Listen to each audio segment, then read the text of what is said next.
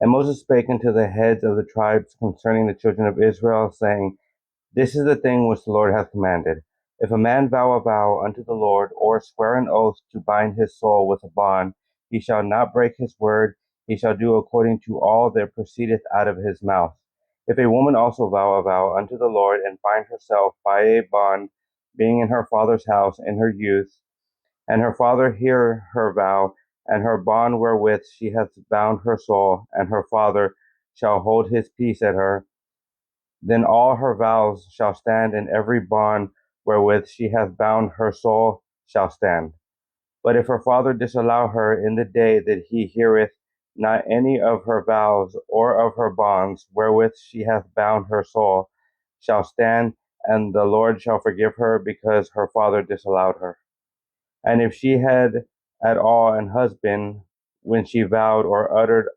aught out of her lips, wherewith she bound her soul,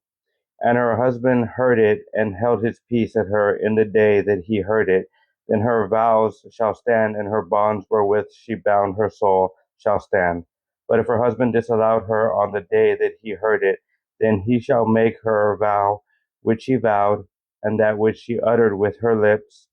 wherewith she bound her soul, of none effect, and the Lord shall forgive her. But every vow of a widow and of her that is divorced, wherewith they have bound their souls, shall stand against her. And if she vowed in her husband's house, or bound her soul by a bond with an oath, and her husband heard it, and held his peace at her, and disallowed her not, then all her vows shall stand, and every bond wherewith she bound her soul shall stand. But if her husband hath utterly made them void on the day he heard them, then whatsoever proceeded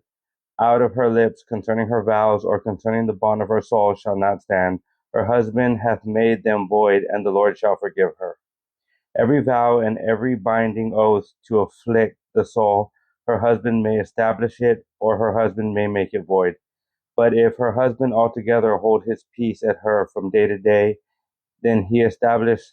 all her vows, or all her bonds which are upon her. He confirmeth them, because he held his peace at her in the day that he heard them.